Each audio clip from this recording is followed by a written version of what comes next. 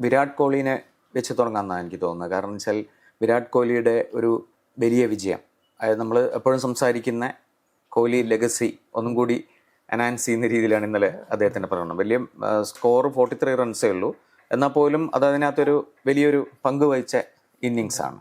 അതേ അവസരത്തിൽ അപ്പുറത്ത് ശ്രേയസ് അയ്യരുടെ ഒരു വീഴ്ച എന്ന് പറഞ്ഞു കഴിഞ്ഞാൽ ആ പ്രഷറിൽ അതിജീവിക്കാൻ പറ്റാതെ ഉണ്ടായിട്ടുള്ള ഒരു അത്ര നല്ലതല്ലാത്തൊരു എക്സിറ്റും. അപ്പോൾ ഈ കോഹ്ലിയുടെ ഈ ലെഗസിയുടെ ഇപ്പോൾ ഉണ്ടായിരിക്കുന്ന മാറ്റം വെച്ച് നമ്മൾ തുടങ്ങുകയാണെങ്കിൽ, അല്ല ഇതിപ്പോ കോഹ്ലി തന്നെ പറഞ്ഞല്ലോ കളി കഴിഞ്ഞിട്ട്, I have given my youth and my prime to this franchise. അത് ശരിക്കും ശരിയാണ്. എന്താ വെച്ചാൽ ഞാൻ ആദ്യത്തെ സീസൺ തൊട്ട് കാണുന്നതാണ്. അപ്പോൾ IPL കളിക്കാൻ തുടങ്ങുമ്പോൾ 19 വയസ്സേ ഉള്ളൂ ആദ്യത്തെ സീസൺ കളിക്കുമ്പോൾ.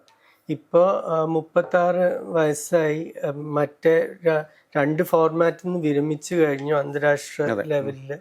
അപ്പൊ ശരിക്കും പറയാച്ച ഒരു ലാസ്റ്റ് ലാപ്പ് എന്നൊക്കെ പറയാം. അപ്പൊ ഇതായിരുന്നു ഒന്ന് ബാക്കി. പ്രത്യേകിച്ച് ഇത്രയും കൊല്ലം ഒരു ഫ്രാഞ്ചൈസിന്റെ കൂടെ പിടിച്ചു നിൽക്കുക എന്ന് പറഞ്ഞാൽ എനിക്ക് നേരിട്ടറിയാം എത്ര ബാക്കിയുള്ളവർ ശ്രമിച്ചിട്ടുണ്ട് കോഹ്ലി ഇവിടുന്ന് കൊണ്ടുപോകാൻ വേണ്ടിയിട്ട്. ഇപ്പൊ കഴിഞ്ഞൊരു 3-4 കൊല്ലമായിട്ട് ആരും ശ്രമിച്ചിട്ടില്ല. എന്താ വെച്ചാൽ അവർക്ക് അറിയാൻ പോവില്ല എന്ന്. പക്ഷെ അതിനു മുമ്പ് 2010-11 ആ സമയം, പിന്നെ 14-16 കോഹ്ലി ഏറ്റവും പീക്കിൽ നിൽക്കുന്ന സമയത്ത് അവര് പല ഫ്രാഞ്ചൈസ് ഒരു ബ്ലാങ്ക് ചെക്ക് പോലെയായിരുന്നു മേശപ്പുറത്ത് വെച്ചിട്ടുണ്ടായിരുന്നു. എങ്ങനെയെങ്കിലും നീ വന്നാൽ മതി എന്ന് പറഞ്ഞിട്ട്. പക്ഷെ അതൊന്നും കേൾക്കാതെ അവിടെ തന്നെ നിന്നു എന്നുള്ളതാണ്. അത് ശരിക്കും ഒരു വലിയ കാര്യം. ഇപ്പോഴത്തെ ലോകത്തിൽ പ്രൊഫഷണൽ സ്പോർട്സ് എന്ന് പറഞ്ഞാൽ സാധാരണ കളിക്കാരെ ആരാണ് ഏറ്റവും വലിയ ചെക്ക് തരുന്നത് നോക്കി പോണ ഒരു ലോകമാണ്. അപ്പൊ അതിൽ ശരിക്കും അതുകൊണ്ട് തന്നെയാണ് ആ ഫാൻസും കോഹ്ലി എന്ന് പറഞ്ഞ് പുറകെ കൂടിയിട്ടുള്ളത്. RCBയുടെ ഫാൻസ് അവർക്കറിയാം പലതവണയും ഈ കളിക്കാരൻ നമ്മളെ വിട്ടു പോവായിരുന്നു, ഇതിലും ട്രോഫിയൊക്കെ നേടായിരുന്നു. അത് ചെയ്യാതെ പക്ഷെ അവരുടെ കൂടെ തന്നെ നിന്നു. അത് തന്നെയാണ് ഏറ്റവും വലിയ ലെഗസി ശരിക്കും. വിരാട് കോഹ്ലി ഏതാണ്ട് പിന്നെ റിട്ടയർമെന്റിലേക്ക് വരികയാണെന്നും എല്ലാ തരത്തിലും റിട്ടയർ ചെയ്യണമെന്നും കോഹ്ലിക്കെതിരായിട്ടുള്ള ഒരു ക്യാമ്പയിൻ അതിശക്തമായിട്ടുണ്ടായിരുന്നു. കാരണം ധോണിയോടൊപ്പം തന്നെ ചേർത്തിട്ട് കോഹ്ലിയുടെയും കാലം കഴിഞ്ഞു എന്നുള്ളത്. പക്ഷെ എനിക്ക് തോന്നുന്നു കോഹ്ലി ഒരു സീസണിലും കൂടിയൊക്കെ IPL കളിക്കാനുള്ള സാധ്യതയില്ലേ? 1-2 സീസൺ ഇനിയും. എന്താ വെച്ചാൽ ലോകകപ്പ് 27 ലോകകപ്പ് കളിക്കണം. അപ്പൊ അതിന് വേണ്ടി റെഡി. അതാണ് ഇപ്പൊ ഉദ്ദേശം. ODIs റിട്ടയർ ചെയ്തിട്ടില്ല. അപ്പൊ അത് കളിക്കണമെങ്കിൽ 26-27 IPL എന്തായാലും കളിക്കണം. പിന്നെ ധോണിയുടെ അതേ പ്രായമൊന്നും അല്ല. എനിക്ക് ഓർമ്മയുള്ളത് ചീക്കൂന്ന് ടീംമേറ്റ്സ് വിളിച്ചിരുന്ന കാലം തൊട്ടുള്ള ഓർമ്മയാണ് ശരിക്കും. 3 ഫൈനല് തോറ്റത് ഞാൻ കണ്ടിട്ടുണ്ട്. 2009 ജോഹാൻസ്ബർഗില്. അപ്പൊ ലെഗ് സൈഡിൽ മരിച്ചുപോയ ആൻഡ്രൂ സൈമൺസിന്റെ ഒരു ബോളിൽ സ്റ്റംപ്ഡ് ആവുക ചെയ്ത്. 11 പിന്നെ വളരെ ദയനീയമായിട്ട് പരാജയപ്പെട്ടു ചെന്നൈയിൽ ധോണിയുടെ ടീമിനോട്. പിന്നെ 16 കോഹ്ലിയുടെ ഏറ്റവും ഉജ്ജ്വലമായ സീസണിൽ ഏകദേശം 1000 റൺ എടുത്തു, പക്ഷെ ഫൈനലിൽ തോറ്റു. കോഹ്ലി ഔട്ടായി, ടീം കൊലാപ്സ് ചെയ്തു. പണ്ട് സച്ചിന്റെ കാര്യം പറഞ്ഞിരുന്ന പോലെ. പക്ഷെ ആ മാറ്റം കാണാൻ വളരെ രസമായിരുന്നു ശരിക്കും. ഈ 2009 അവർ ഫൈനലിൽ എത്തിയപ്പോഴൊക്കെ ഈ ജോഹാൻസ്ബർഗിൽ സാൻട്രൻ സിറ്റി എന്ന് പറഞ്ഞൊരു മോളുണ്ട്. അത് അവിടുത്തെ ഏറ്റവും പഴയതെന്ന് മാത്രമല്ല, ഒരു നെൽസൺ മാൻഡല സ്ക്വയർ എന്ന് പറഞ്ഞ് ഒരു 10 അടി പൊക്കമുള്ളൊരു മാൻഡലയുടെ പ്രതിമ ഇതൊക്കെ ആയിട്ടുള്ള ഒരു സ്ഥലം. നല്ലൊരു സ്ഥലമാണ്. എല്ലാവരും അവിടെ കഴിക്കാനൊക്കെ അവിടെ പോകുക. അപ്പൊ ഈ കളിക്കാരുടെ ഹോട്ടൽ അതിന്റെ അറ്റാച്ച്ഡ് ആണ് മോളിന്. അപ്പൊ വൈകുന്നേരം ആയിക്കഴിഞ്ഞാൽ ഇവന്മാരെല്ലാവരും ഷോർട്സും മറ്റേ ടീം ടീഷർട്ടും ഒക്കെ ഇട്ടിങ്ങടെ ഇറങ്ങും. മറ്റേ പ്രായമായിട്ടുള്ള കളിക്കാരെ അവരുടെ കുടുംബത്തിന്റെ കൂടെ റെസ്റ്റോറൻ്റ് ഒക്കെ തേടി പോകുമ്പോൾ ഇവര് പിസ്സ, ബർഗർ ഇതൊക്കെ കഴിച്ചിട്ടാണ് നടന്നത്. അതിനുള്ള മാറ്റാണ് ഇപ്പോൾ. മറ്റേ 4 കൊല്ലം ഒരു ഫ്രൈഡ് ഭക്ഷണമൊന്നും കഴിക്കില്ല, അങ്ങനത്തെ ഒരു കോഹ്ലിയായി മാറിയത്. അപ്പൊ അത് ശരിക്കും ചേഞ്ച് കാണാൻ ശരിക്കും നല്ല രസമായിരുന്നു.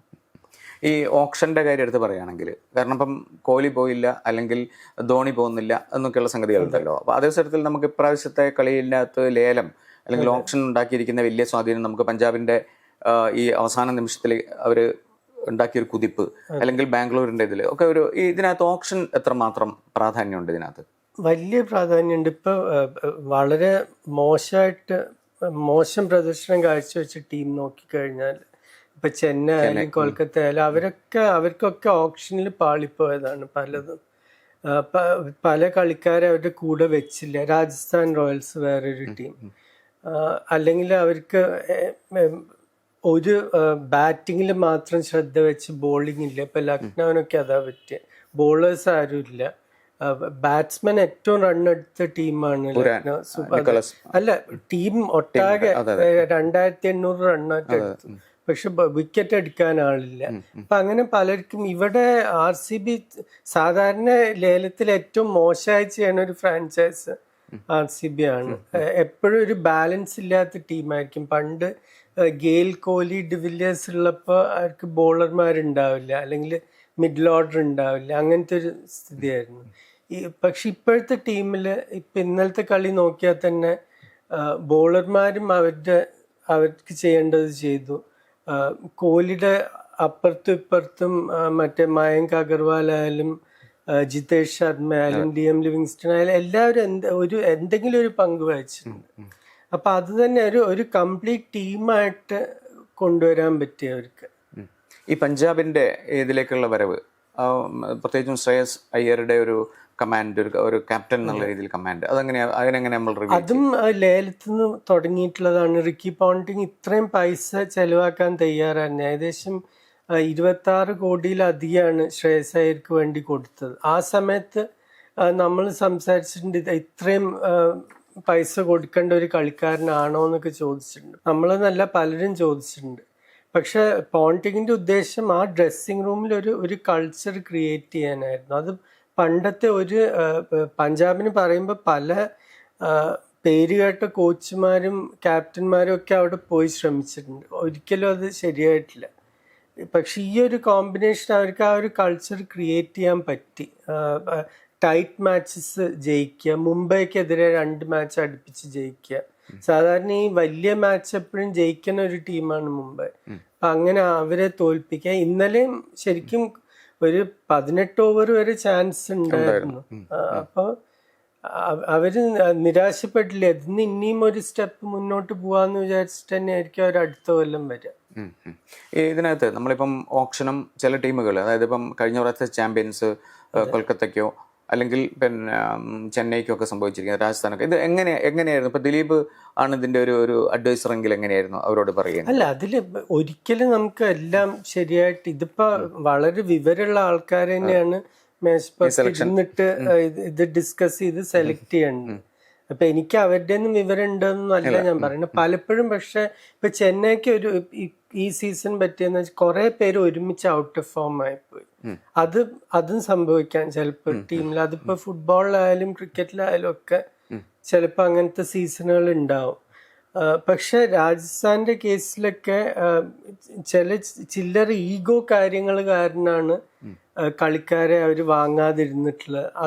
അത് അങ്ങനെ വരുമ്പോൾ ഒരു പ്രശ്നമാണ്. ഇപ്പൊ ജോസ് ബട്ട്ലർ കഴിഞ്ഞ പ്രാവശ്യം ഇംഗ്ലണ്ടിന് കളിക്കാൻ പോയി, പ്ലേ ഓഫിന് നിൽക്കണതിന് പകരം അത് കാരണം അവർ റിട്ടൈൻ ചെയ്തില്ല എന്നൊക്കെ പറഞ്ഞാൽ അതൊക്കെ വളരെ സില്ലി ആയിട്ടുള്ള കാരണങ്ങളാണ് ശരിക്കും. ഇയാള് നല്ല കളിക്കാരനാണോ, ഇയാള് നമുക്ക് വേണ്ടി 5 കളി ജയിച്ചു തരുമോ, അത് മാത്രമേ നോക്കേണ്ട ആവശ്യമുള്ളൂ. അപ്പൊ അങ്ങനത്തെ ചില്ലറ അവിടെ ഇവിടെയൊക്കെ തെറ്റുകൾ പറ്റിയിട്ടുണ്ട്. പിന്നെ നമുക്ക് എടുത്ത് പറയാവുന്ന കളിക്കാരുടെ കൂട്ടത്തിൽ നമുക്ക് എടുത്ത് പറയാവുന്ന 2 പേര് പാണ്ഡ്യ ബ്രദേഴ്സാണ് ശരിക്കും, ഇല്ലേ? കൃണാൽ പാണ്ഡ്യയും ഹാർദിക്കും. അപ്പൊ അവര് രണ്ടും മാത്രമല്ല, അവര് പല ഫൈനലിലും, കാരണം എനിക്ക് തോന്നുന്നു പിന്നെ മുംബൈ ഇന്ത്യൻസിന്റെ കൂടെ നിന്നിട്ട് ജയിച്ചിട്ടുണ്ട്, 4 കളി ജയിച്ച് ഫൈനലിൽ ജയിച്ചിട്ടുണ്ട്. അപ്പം ഈ 2 പേരും കൂടെ 5ഉം 4ഉം ഫൈനലിൽ ജയിച്ചിട്ടുണ്ട്. അപ്പൊ ഈ ഇവർ 2 പേരുടെയും പിന്നെ എന്നാൽ അത്രയ്ക്ക് കൃണാലിനെ അത്രയ്ക്ക് നമ്മൾ ഇന്ത്യൻ ടീമൊന്നും അങ്ങനെ ഉപയോഗിച്ചിട്ടുമില്ല. അങ്ങനെയാണ് അവരുടെ ഒരു കഴിവിനെ നമ്മൾ ദിലീപ് എങ്ങനെ വിലയിരുത്തുന്നത്? അല്ല, കഴിവ് എന്ന് പറഞ്ഞാൽ ഇവര് ശരിക്കും മറ്റേ പഴയ രീതിയിൽ ഈ ടെന്നീസ് ബോൾ ക്രിക്കറ്റും ഈ ദിവാലി ക്രിക്കറ്റ് ടൂർണമെന്റ് എന്നൊക്കെ പറഞ്ഞ് ഒരു പരിപാടി ഉണ്ട് പല സ്റ്റേറ്റിലും, അതൊക്കെ കളിച്ച് വളർന്നു വന്നവരാണ്. മറ്റേ ഹാർദിക്കൊക്കെ 9ാം ക്ലാസ്സിൽ പഠിക്കേണ്ടത് നിർത്തി ഇതിന് ഇറങ്ങിയതാണ്. അപ്പൊ ആ ഒരു പഴയ ഒരു റൂട്ട് കൂടി വന്നിട്ട് പിന്നെ IPL സെലക്ഷൻ അങ്ങനെയൊക്കെ ആയിട്ട് വന്നതാണ്. കൃണാലിനാണ് ഇപ്പൊ 34 വയസ്സുമായി. അപ്പൊ അതാണ് ഈ RCB ടീമിന്റെ വേറൊരു പ്രത്യേകത. ഇപ്പൊ കോഹ്ലിക്ക് 36, ഭുവനേശ്വർ കുമാർ 35 വയസ്സ്, ഹേസൽവുഡ് 34, പാണ്ഡ്യ 34. കുറെ അനുഭവമുള്ള കളിക്കാരാ. മറുവശത്ത് കുറെ പേര് പറയും പ്രായമായ ടീമൊന്നും ജയിക്കാൻ പറ്റില്ല. അപ്പൊ പാണ്ഡ്യയുടെ കാര്യത്തിൽ പ്രത്യേകിച്ചും ലേലത്തിന് 5 കോടിയൊക്കെയാണ് RCB കൊടുത്തത്. അപ്പൊ എല്ലാരും വിചാരിച്ചു എന്തിന് ഇയാളുടെ നല്ല കാലമൊക്കെ കഴിഞ്ഞു, മുംബൈ വിട്ടതാണ്, ലക്നൌവിൽ ഫ്ലോപ്പായി, എന്തിനാണ്. പക്ഷെ അവർക്ക് ഈ റോളിൽ ഒരാള് വേണ്ടിയിരുന്നു. നടുക്കുള്ള ഒരു 7 തൊട്ട് 15 ഓവർ എറിയാൻ പറ്റുന്ന ഒരാള്, പിന്നെ അവസാനം കുറച്ച് 4ഉം 6ഉം ഒക്കെ അടിക്കാൻ കഴിവുള്ള ഒരു ബാറ്റ്സ്മാൻ. ഇന്നലെ അത് ചെയ്യാൻ പറ്റിയില്ല, പക്ഷെ ഈ സീസൺ ഒരു മാച്ച് ബാറ്റ് വെച്ചും ജയിപ്പിച്ചു. അപ്പോൾ അങ്ങനത്തെ ഒരു ഓൾറൗണ്ട് കളിക്കാരൻ, സ്പിൻ ബോളിംഗ് ഒരു ഓൾറൗണ്ടർ അവർക്ക് ആവശ്യമുണ്ടായിരുന്നു. അതും ഇത്ര അനുഭവമുള്ള, മുമ്പ് ജയിച്ചിട്ടുള്ള ഒരു കളിക്കാരൻ.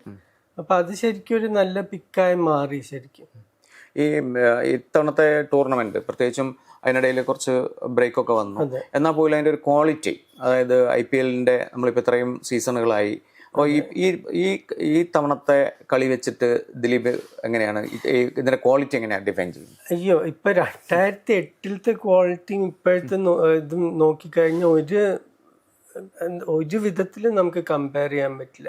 ഇപ്പോഴത്തെ ക്വാളിറ്റി ഇതിങ്ങനെ കൂടിക്കൂടി വരാൻ കാരണം എന്താന്ന് പറഞ്ഞാല് 7 കളിക്കാരെങ്കിലും മിനിമം ഇന്ത്യൻ കളിക്കാരായിരിക്കണം. മാക്സിമം 4 ഓവർസീസ് കളിക്കാൻ പാടുള്ളൂ. ചില ടീം ഇപ്പൊ 4 പേരെ തന്നെ കളിപ്പിക്കണില്ല. ചില ടീമിലൊക്കെ 3 പേരൊക്കെ ഫോറിൻ കളിക്കാരുള്ളൂ.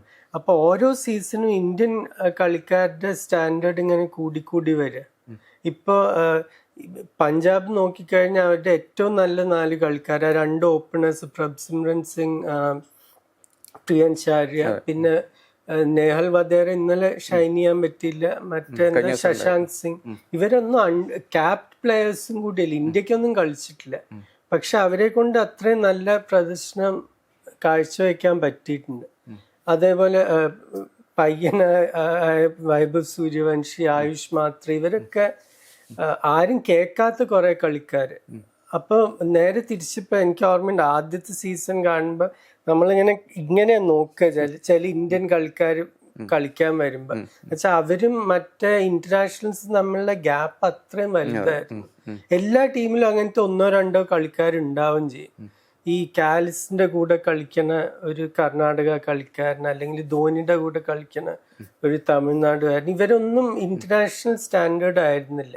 ഇപ്പൊ IPL കളിക്കുന്ന ഇന്ത്യൻ കളിക്കാരും ഒരുവിധം എല്ലാവരും ഇന്ത്യക്ക് ഭാവിയിൽ കളിക്കാൻ സാധ്യതയുള്ളവരാണ്. അതായത് ഈ കളി വെച്ചിട്ട് നമ്മുടെ ഇന്ത്യൻ ക്രിക്കറ്റ്, ഇപ്പൊ ടെസ്റ്റ് ക്രിക്കറ്റിനും 1 ഡേ ക്രിക്കറ്റിനും ഒക്കെ ടീമിൽ ശ്രേയസ് അയ്യരൊന്നും ടീമിലില്ലല്ലോ.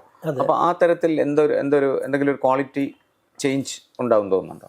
അല്ല, തീർച്ചയായിട്ടും. ഇപ്പൊ ഈ കളിക്കാർ ഇന്നലെ കോഹ്ലി അതാണ് പറഞ്ഞു, ഇപ്പൊ ഞാൻ ഇത് എത്ര വലിയ നേട്ടമാണെങ്കിലും എന്റെ മനസ്സിൽ ടെസ്റ്റ് ക്രിക്കറ്റ് ആണ് ഏറ്റവും വലുതെന്ന് ഒരു സ്റ്റേറ്റ്മെന്റ് ഉണ്ടായിരുന്നു. 5 ലെവല് മേധയാണ്. അപ്പൊ ഞാൻ എപ്പോഴും ചെറുപ്പക്കാരോട് പറയാം അതിൽ ശ്രദ്ധ വെക്കണം എന്നാണ്. അപ്പൊ അത് കേട്ടിട്ട് ഇങ്ങനത്തെ ഈ 14 വയസ്സായ വൈഭവോ 17 വയസ്സായ ആയുഷ് മാത്രമൊക്കെ ഈ ഫസ്റ്റ് ക്ലാസ് ക്രിക്കറ്റിൽ കുറച്ച് ശ്രദ്ധ വെച്ച് കഴിഞ്ഞാൽ തീർച്ചയായിട്ടും അത് ഇന്ത്യക്കും ആനുകൂല്യം ഉണ്ടാവും അത് കാരണം.